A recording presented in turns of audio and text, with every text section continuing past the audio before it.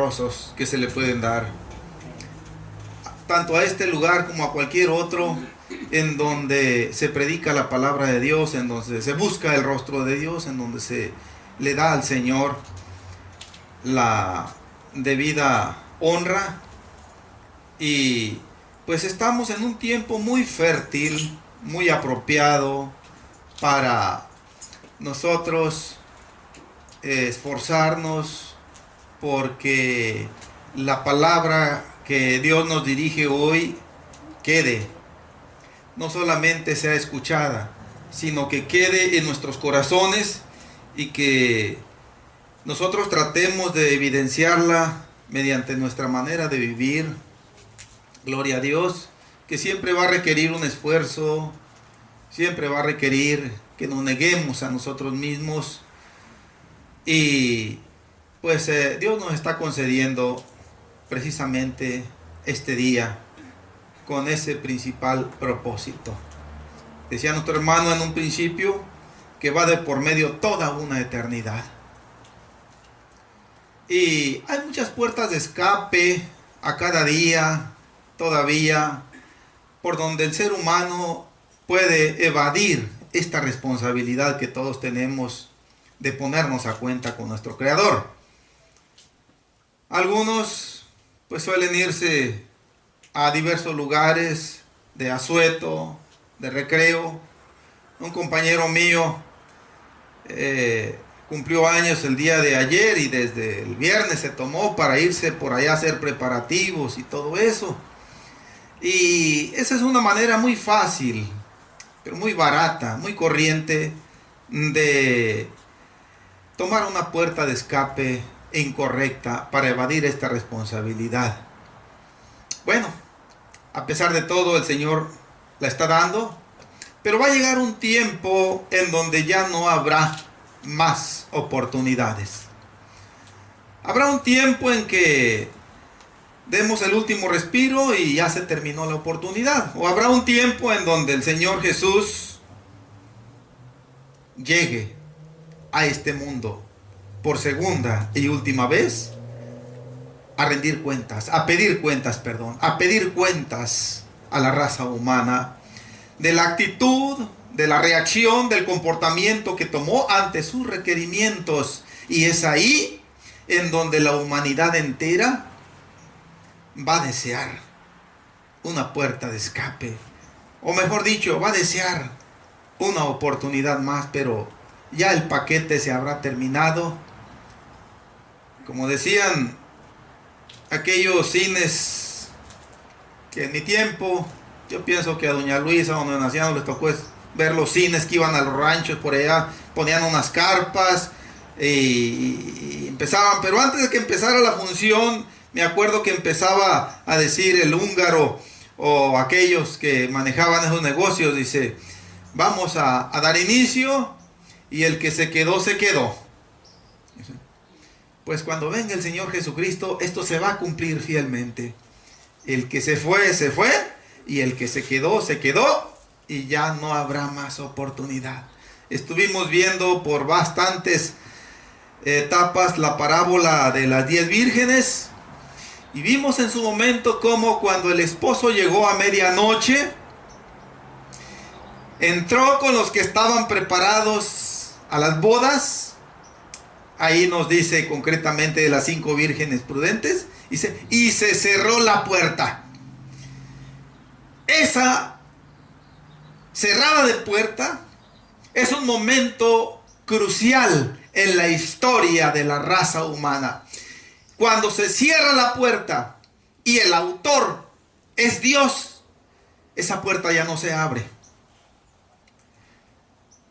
La puerta Dios la abrió y está abierta ahorita en este tiempo. Hay oportunidad de entrar. No hay problema de que se vaya a llenar el lugar y que ya no haya cupo. No. Hay cupo para todo el mundo. Si todo el mundo se dispone, el Señor tiene cupo para todos. Pero lamentablemente, pues nosotros podemos ver, hermanos, de mi parte hice invitaciones a este lugar, pero si esto se tratara de alguna fiesta en donde corriera la lascivia, en donde corriera el alcohol, en donde corrieran las obras de la carne, creo que este espacio resultaría muy insuficiente. Pero, es como se trata de la palabra de Dios, siempre va a haber pocas personas dispuestas, gloria a Dios. Nosotros debemos sentirnos afortunados en esta mañana de parte de Dios, que Él propició las circunstancias apropiadas en nuestra vida para que pudiéramos estar aquí presentes. Y Él tiene propósitos para nosotros y también para aquellos vecinos que a través de las ondas del sonido escuchen el mensaje del Evangelio en esta mañana. Bien, damos inicio a la predicación de esta mañana. Son todos bienvenidos. Este es un culto improvisado aquí. No es normal que los tenemos, pero aún aquí yo pienso que el Señor tiene propósitos en ello. Vamos a abrir nuestras Biblias en el capítulo 3 del libro de Génesis. Es el primer libro de la Biblia. Génesis significa origen. Génesis significa también raíz, de donde parte todo. El principio. Bien, capítulo 3 del libro de Génesis. Estamos viendo el tema, el pecado causa de ruina. Y yo les voy a pedir que me acompañen. Vamos a leer los versículos 8, 9 y 10. Me siguen con su vista. Y así consideramos unos minutos la santa palabra de Dios. Dice así, Génesis 3, 8, 9 y 10.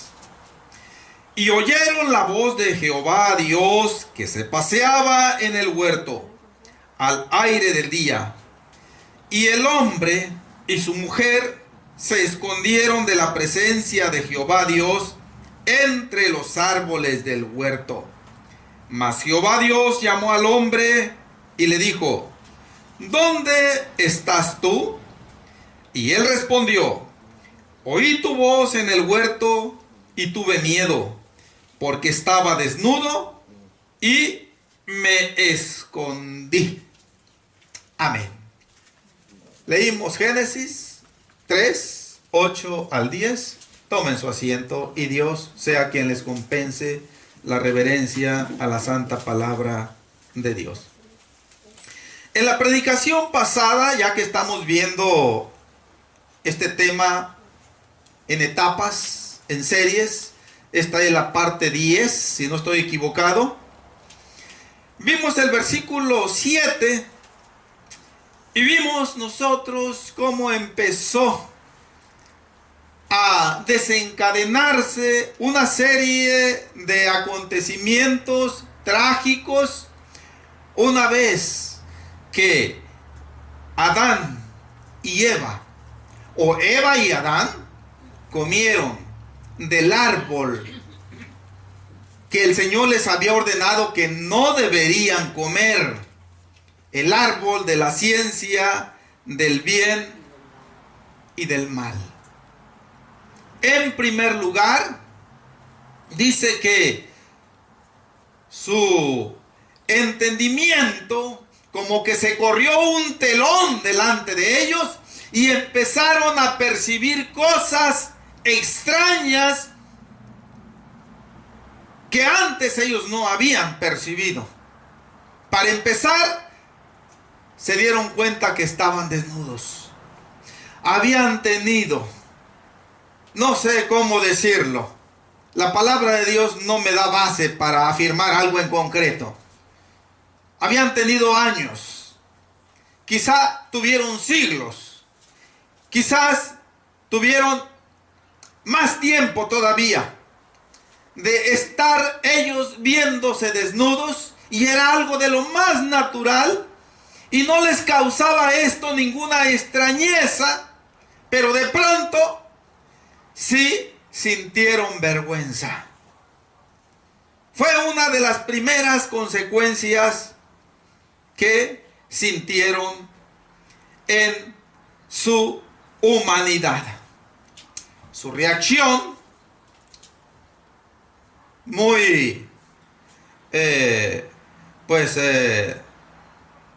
inapropiada, vamos a decirlo, fue coser hojas de árboles, de higuera, para tratar de cubrirse cuando menos su cuerpo por delante. Se hicieron delantales. Todos sabemos que los delantales son prendas en la actualidad que sirven para proteger la parte de enfrente del cuerpo. Son los mandiles, son los petos o cualquier otro nombre, depende del lugar en que se use esa prenda. Bien, pero ahora, cuando nosotros iniciamos el versículo 8, nos dice que Adán y Eva, estando en esa condición de confusión, de pronto escucharon la voz de Jehová Dios. Esto nos da base para que nosotros entendamos que el huerto del Edén había sido un lugar de gozoso convivio, de gozosa amistad, de gozosa comunicación entre Dios y sus dos criaturas humanas que había formado. ¿Por qué? Porque conocieron la voz, les era familiar la voz de Dios. Y cuando la escucharon, ellos supieron, es Dios el que viene. Ahora, el visitante divino se hacía presente para mostrar su amor fiel a sus criaturas caídas, pero a la vez se hacía presente para exigirles cuentas, exigirles resultados de la responsabilidad que habían tenido respecto a su palabra. Se hacía presente para mostrar también, aparte de su amor fiel, de su justicia. Se hacía presente para que quedara bien patentado su eterno rechazo al pecado, que viene siendo toda desobediencia a su palabra. Y siguieron desencadenándose consecuencias que aquí estamos viendo. Cuando ellos escuchan la voz de Dios, hubo otra reacción. Ya vimos que la primera fue, se avergonzaron. En el capítulo 2, último versículo, que es el 25, termina diciendo, y no se avergonzaban de que estaban desnudos. Ahora se habían avergonzado. Sentían vergüenza, sentían pena. Y de alguna manera trataron ellos de, minimizar ese problema cubriéndose parcialmente su cuerpo. Ahora, ellos sintieron otra consecuencia del pecado. Sintieron miedo, sintieron temor. Dice aquí el versículo 8, y se escondieron de la presencia de Jehová Dios entre los árboles del huerto. ¿Qué actitud, vamos a decirlo con estas palabras, tan más infantil, tan más irresponsable? Después de que habían violentado la voluntad de Dios, la ordenanza tan sencilla que Dios les había dado, nada más no coman del árbol que yo les estoy diciendo, y era todo lo que tenían que hacer. Pero como habían incumplido, ahora ellos sintieron temor. No vamos a decirlo, sintieron vergüenza. Más que, o tal vez hubo mezcla de temor, y vergüenza, y por esto optaron por esconderse. Mis hermanos, nosotros que tenemos como mínimo el conocimiento básico de la palabra de Dios, estamos plenamente convencidos de que del Señor nadie se puede esconder. No. El rey David en el Salmo número 139, y consciente de esto voy a leer unos versículos, pero ahorita regresamos inmediatamente a Génesis 3. En el Salmo 139 llegó a decir estas palabras para que la raza humana entera entienda de que si del ojo humano se puede esconder, del ojo de Dios eso queda completamente descartado. Nadie podemos escondernos de Dios. Salmo 139.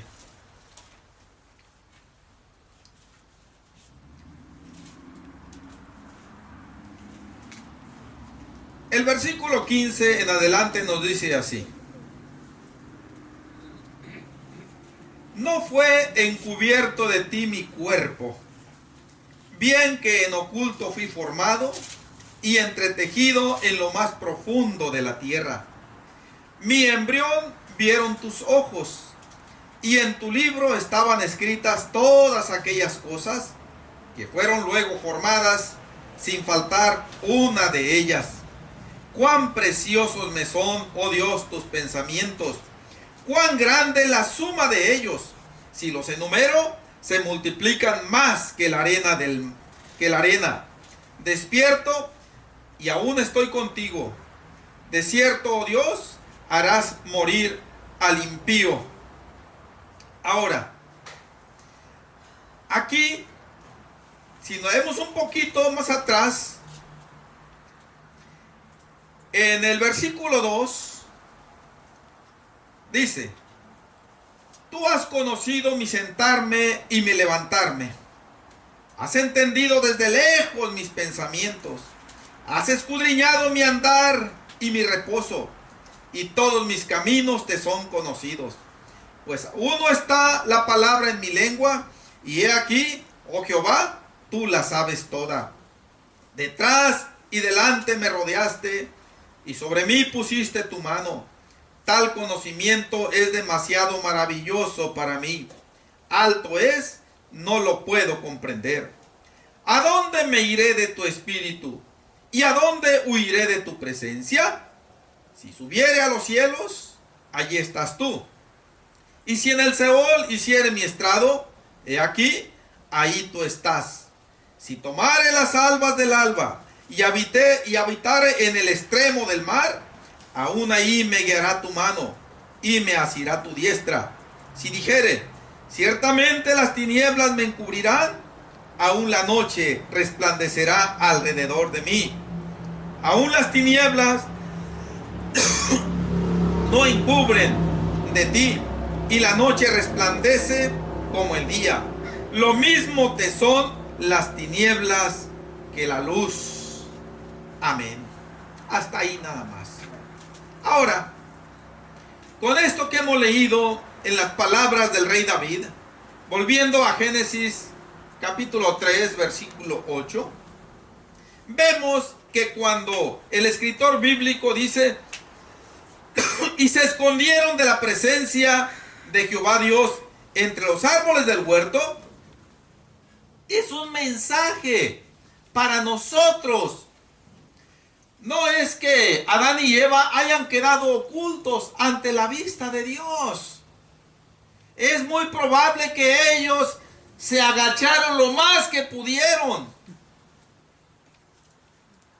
Como es también muy probable que han de haber escogido los árboles más frondosos para que los ocultara de la presencia de Dios. Pero todo eso resultó ineficaz.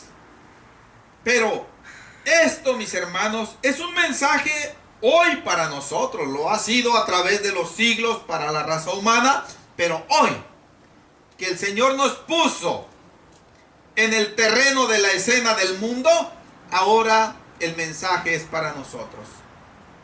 Que cuando el ser humano, que cuando nosotros equivocadamente, irresponsablemente, hacemos o tenemos la tendencia a hacer algo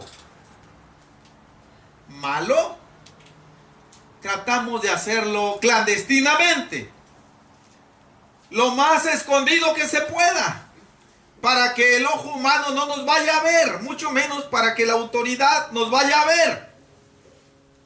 Y hasta cierto punto eso trae resultados, pero ante Dios esto no opera. ¡Qué bueno! Ante Dios esto no surte efecto. Adán y Eva tal vez pensaron que ahí no los iba a ver el Señor, pero pronto se dieron cuenta que no les dio resultados su actitud. Ahí estaban ellos ocultos, hermanos, temerosos. Ahora, el temor es otro de los síntomas que causa el pecado. El temor nos hace a nosotros sentir en nuestra conciencia el sonar de unas campanitas que nos dicen que algo no marcha bien en nuestras vidas, que algo va caminando mal y que tenemos que rectificarlo y que tenemos que hacerlo ya, que no debemos nosotros dejar para el día de mañana. Durante mucho tiempo allá en México, concretamente en la ciudad de Guamuchi, Sinaloa, no sé si en el resto del país, los bancos solamente trabajaban por la mañana, abrían, vamos a decirlo, a las 8 de la mañana y a la 1, 2 de la tarde cerraban. Y ya no abrían hasta el siguiente día, excepto sábados y domingos que estaban cerrados. Creo que hoy ya se han cambiado esas normas, pero de un tiempo para acá empezaron a abrir durante las tardes también.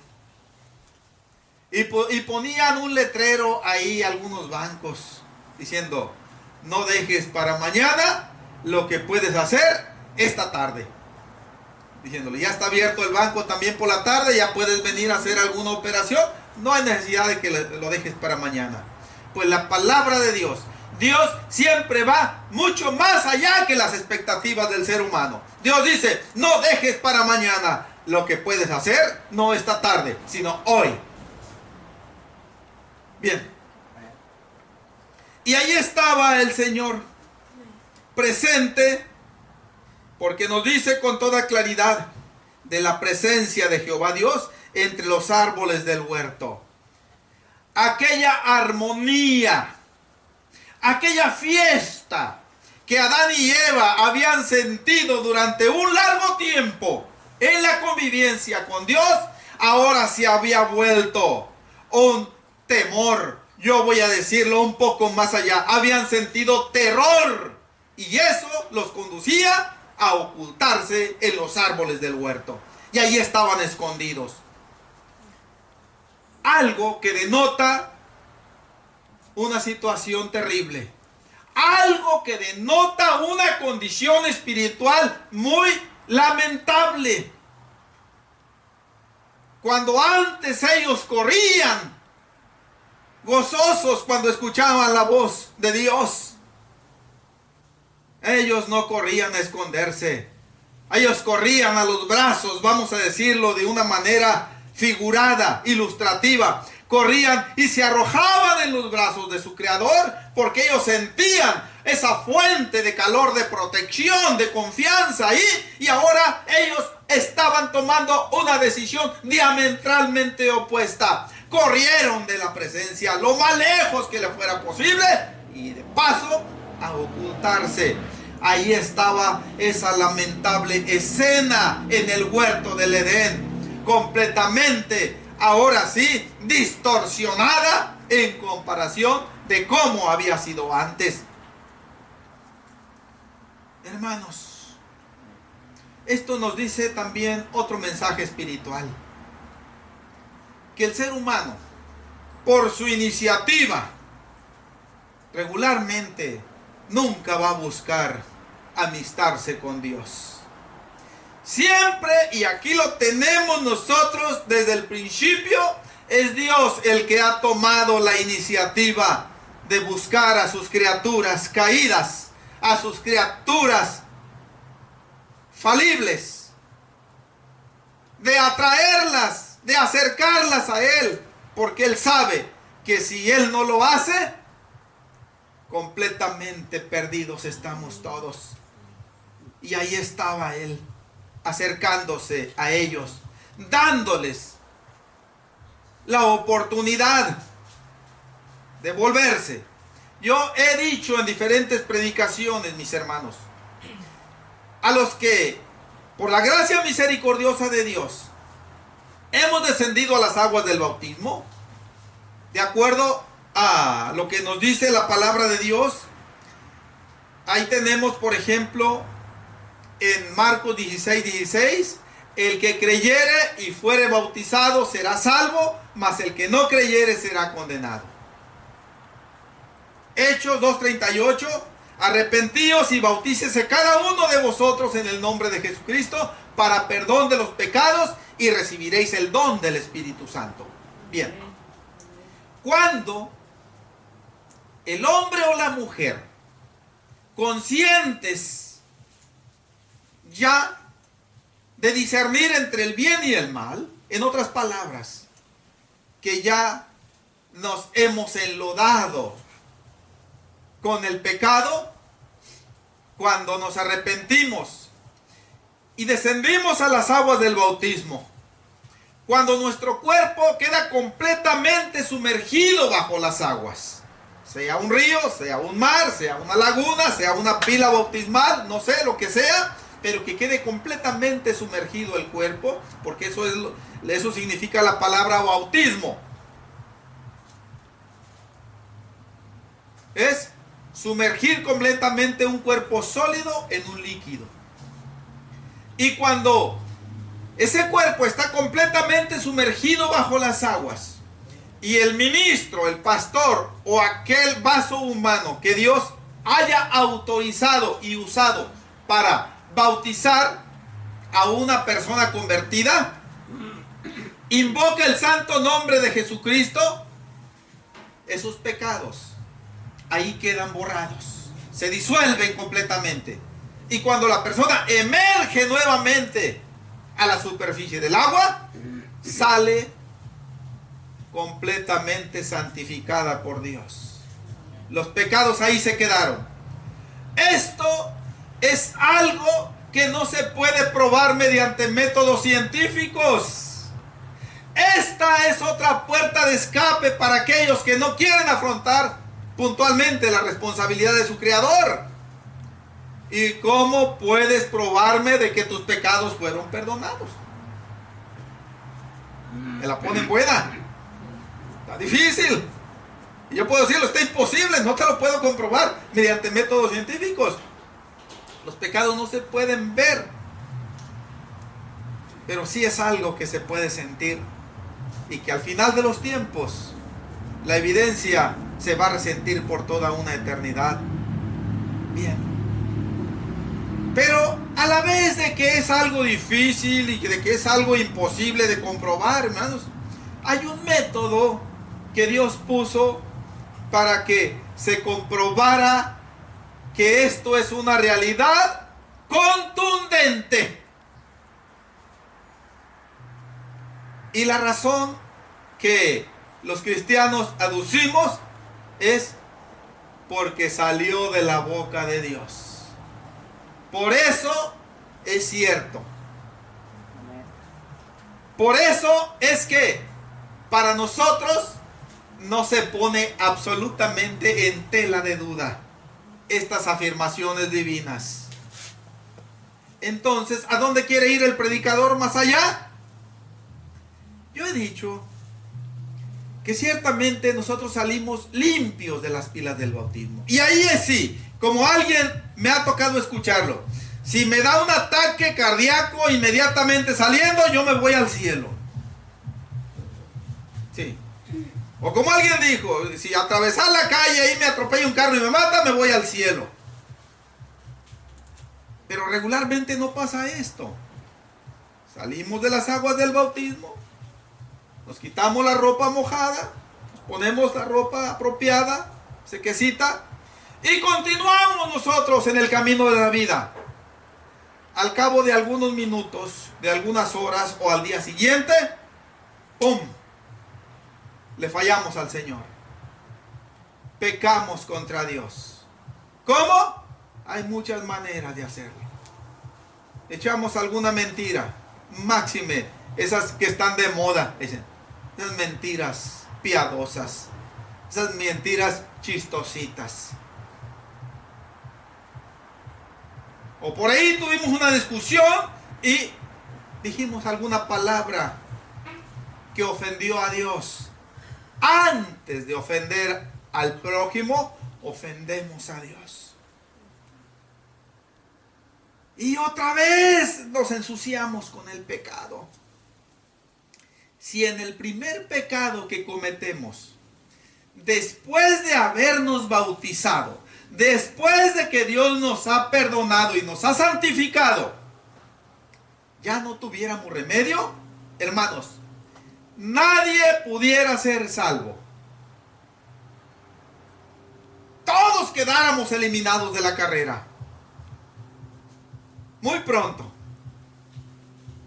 Entonces, el Señor, para que no ocurriera esto, es que la Biblia nos dice que cuando Él ascendió al cielo, Él no volvió a tomar ese trono de gloria en su plenitud como lo tenía antes de haber venido por la raza humana.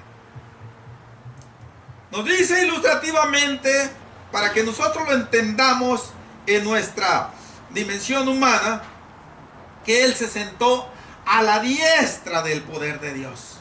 Y más claramente, el escritor anónimo de los Hebreos nos dice cuál es la función de Él. Dice que es nuestro sumo sacerdote según el orden de Melquisedec. Porque la orden según Aarón, el hermano de Moisés, esa falló, quedó ineficaz, no sirvió. Sirvió solamente por un tiempo determinado para propósitos muy determinados, pero no pudo permanecer eternamente. Entonces el Señor Jesucristo suplió ese sacerdocio, ya no según la orden de Aarón, porque Aarón venía de la tribu de Leví y el Señor vino de la tribu de Judá. Bien, entonces el sacerdote en el tiempo antiguo servía para interceder ante Dios por el pueblo. Era el que ofrecía el sacrificio de la expiación cada año para que Dios perdonara el pecado de su pueblo. Era el único que podía entrar al lugar santísimo por un tiempo muy limitado y una vez al año, solo un día. Y tenía que salir inmediatamente. Su salida ante el pueblo indicaba que Dios había perdonado el pecado de Israel y que otro año podían estar seguros. Y así se hacía cada año. Pero esta era una batalla perdida contra el pecado. Por eso el Señor Jesucristo vino. Y en lugar de aquellos sacrificios de los machos cabríos, de los corderos, de los becerros, el Señor ofreció un sacrificio único y perfecto, tan perfecto que no necesita volver a repetirse. Ofreció su mismo cuerpo sin pecado. Y allá está intercediendo. Cuando un cristiano honesto peca contra Dios, porque no hay ningún cristiano que no peque. Si hay un cristiano que dice yo no peco nunca, es un cristiano de lo más falaz, de lo más mentiroso que hay. Cuando un cristiano honesto peca contra Dios, de las muchas maneras que hay de pecar contra Dios, y se arrepiente, ese arrepentimiento, solo Dios conoce su nivel de sinceridad. El Señor, como sumo sacerdote según el orden de Melquisedec, dice, ese pecado, perdónalo, porque yo lo pagué por él en la cruz, para que siga adelante. Y el Señor restaura, el Señor nos levanta, y es por eso que hoy estamos aquí. Bien, ¿por qué dije todo esto, mis hermanos? Porque cuando el Señor llega al huerto del Edén ante Adán y Eva y los llama, los procura, Él no llega para fulminarlos, Él no llega para destruirlos, no llega para desarraigarlos y decirles: hasta aquí llegó la lucha. No, por los antecedentes que tenemos del Señor, Él no da solamente una oportunidad. Yo pienso que ni siquiera lo hizo con Satanás en el cielo. Aun cuando la palabra no me da luz a mí para afirmar de esto de una manera categórica y contundente, por lo que el Señor hace con nosotros, pienso que también le dio su oportunidad al mismo Satanás y a los demás ángeles que cayeron. Y obviamente que Adán y Eva, el Señor también ahí les estaba dando otra oportunidad. Verso 9. Mas Jehová Dios llamó al hombre y le dijo: ¿dónde estás tú? Qué preciosa oportunidad, mis hermanos. Aquí Adán y Eva pudieron haber adoptado una conducta valiente, una conducta responsable. Ellos se sabían reprobados. Su actitud lo estaba diciendo a todas luces. Eran culpables. Ellos estaban conscientes y por eso tuvieron temor y se corrieron a esconder. Ahora se les presentaba una oportunidad de oro, vamos a decirlo. ¿En dónde estás tú? Ahora yo, en este estado de calma, de paz que el Señor me concede tener, al menos así me siento, la realidad solamente Dios la conoce. Yo, en lugar de Adán, cuando escucho esta pregunta: ¿en dónde estás tú, Cayetano? Señor, aquí estoy. Pasó esto y esto y esto. Te fallamos, Señor. Nos sentimos muy mal. Antes, cuando yo escuchaba tu voz, me sentía de las criaturas más realizadas, más felices, más victoriosas, más gozosas. Y ahora que la acabo de escuchar, Señor, me siento de lo más ruin, de lo más miserable, de lo más podrido, de lo más perdido. Perdóname, ten misericordia de mí, Señor, te fallé. Yo y mi esposa Eva te fallamos. Y aquí estamos, Señor, en esta lamentable condición. Si puedes tener de nosotros misericordia, estamos en tus manos. Creo que, entre otras cosas, debió haber sido la actitud correcta de Adán y Eva. Pero la palabra de Dios está llena de mensajes espirituales para nosotros hoy. Esto no solamente, esto fue puntual para Eva y Adán en un principio, pero en este tiempo esto se replica para toda la humanidad y se individualiza para cada elemento humano que puebla la tierra y que es responsable de pecado. ¿En dónde estás tú, fulano? ¿En dónde estás tú, mungano? ¿En dónde estás tú, Felipe? Etcétera, etcétera, etcétera. No, pues yo estoy acá, en la playa, en el parque, en la fiesta de borrachera, estoy hundido en la droga. Yo no te puedo buscar, no te puedo contestar. Yo llevo mi vida, estoy muy entretenido regularmente, no con palabras audibles, pero sí con la manera de vivir, en la respuesta que se le está dando a Dios ante esta pregunta que Él nos dirige a cada uno. ¿En dónde estás tú? Es una oportunidad preciosa. Sí. Tal vez en este día muchos madrugaron. Ay, quiero hacer la aclaración aquí. Hay cosas que sí son justificables.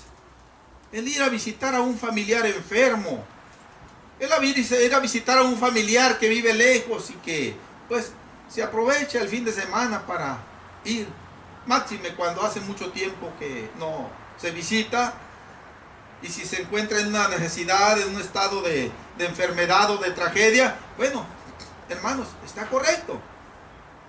El problema es cuando la ocupación es ilícita ante Dios. Ahorita, por todas partes, Dios ha dirigido esta pregunta a la humanidad: ¿en dónde estás tú? Y han sido muy pocos los oídos que han prestado atención a esta voz.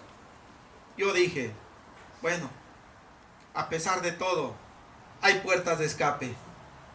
Unos salieron por esta, otros salieron por aquella, otros salieron, y todo mundo salió a sus respectivas ocupaciones preferenciales. Y fue muy poca la cantidad de seres humanos que se interesaron en atender esta pregunta y decirle: Señor, aquí estoy. Es Dios, sí, el que toma la iniciativa. Es Dios el que se adelanta para salir a nuestro encuentro mediante la propiciación de diferentes situaciones en nuestras vidas. Dios, cuando quiere tener misericordia de una manera mucho más especial, nos acorrala, nos cerca y no nos deja puerta de escape. Eso es lo que pasó conmigo y es lo que pasó con usted, pienso yo. Por eso es que decidimos mejor acotar el tiempo y no dejarlo para más tarde. Pero, hermanos, en esta pregunta todavía Dios va más allá. Está exigiendo resultados de Adán y Eva. ¿Cómo te has comportado? Ahora, cuando Dios pregunta, ya para terminar la predicación, ya que al término de este culto queremos convivir familiarmente un tiempo. Cuando Dios dice: ¿en dónde estás tú?, Dios está exigiendo resultados del comportamiento del ser humano. Y es una actitud irresponsable, y esto quiero decirlo con mucho temor de Dios, decirle: Señor, pues yo estoy bien. Como muchos me ha tocado escucharlo decir: yo estoy bien con Dios, yo me porto bien. Hasta he llegado a decir: de seguro que te mereces un Oscar por buen comportamiento. Pero si nosotros, cuando vamos a la palabra de Dios, y entre más profundizamos en la palabra de Dios, y entre más nos sinceramos con el Señor, más conscientes estamos de nuestra miseria humana, de nuestra condición tan ruin, y de nuestra infinita necesidad de que llegue el visitante divino al Edén a buscarnos, a extendernos su mano. Y Él es el único que puede sacarnos. Pero, contrario a lo que dijo Adán, que vamos a ver más adelante que otras consecuencias del pecado se evidenciaron en él. Trató de evadir su responsabilidad. No hay que decirle al Señor: fulano tuvo la culpa, fulana tuvo la culpa. No, Señor. Yo soy el único responsable. Yo soy el único culpable. Cuando diga: ¿dónde estás tú? Señor, necesitado de ti estoy. Siempre. Esté enfermo, esté bueno y sano, esté con abundancia, esté con escasez, esté con techo, esté sin techo, esté en casa o vaya de viaje, yo siempre estoy de ti necesitado, Señor. Ten misericordia de mí. Límpiame, perdóname y restáurame, Creo, mis hermanos, que como mínimo debe ser nuestra respuesta ante esta pregunta: ¿dónde estás tú? Y aquí pudiera yo hacer una añadidura lícita: ¿en qué condición te sientes? Me siento bastante miserable, Señor, porque te he fallado. Perdóname, límpiame y ten misericordia de mí, Señor. Así termino la predicación, mis hermanos. Vamos a continuar en la próxima, si el Señor nos concede, con lo que nos resta de esta porción bíblica que hemos leído. Y vamos a elevar una oración ante el Señor. Vamos a pedirle que tenga de nosotros misericordia. Vamos a pedirle que nos perdonen aquello con que le fallamos ya en esta porción de este día que ha corrido, y que nos restaure y que tenga misericordia de nuestra familia consanguínea, de nuestros vecinos, de nuestras autoridades. Hermanos, podemos platicar con el Señor un momento. Hagámoslo. Bendito Creador, Señor.